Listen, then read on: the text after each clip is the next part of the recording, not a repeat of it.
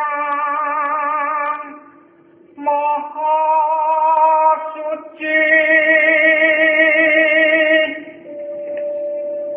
kula nyuwun pangapura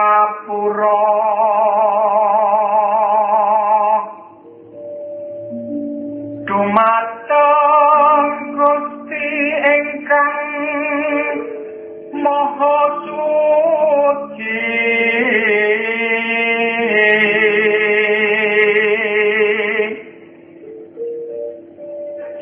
serolah tatolah sifatolah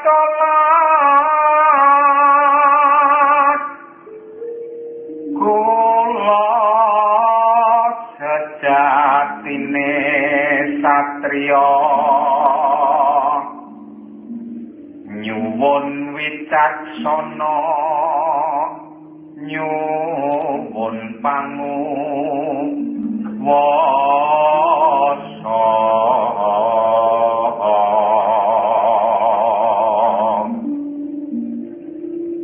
kangge tumindake satriya sejati kula nyuwun kangge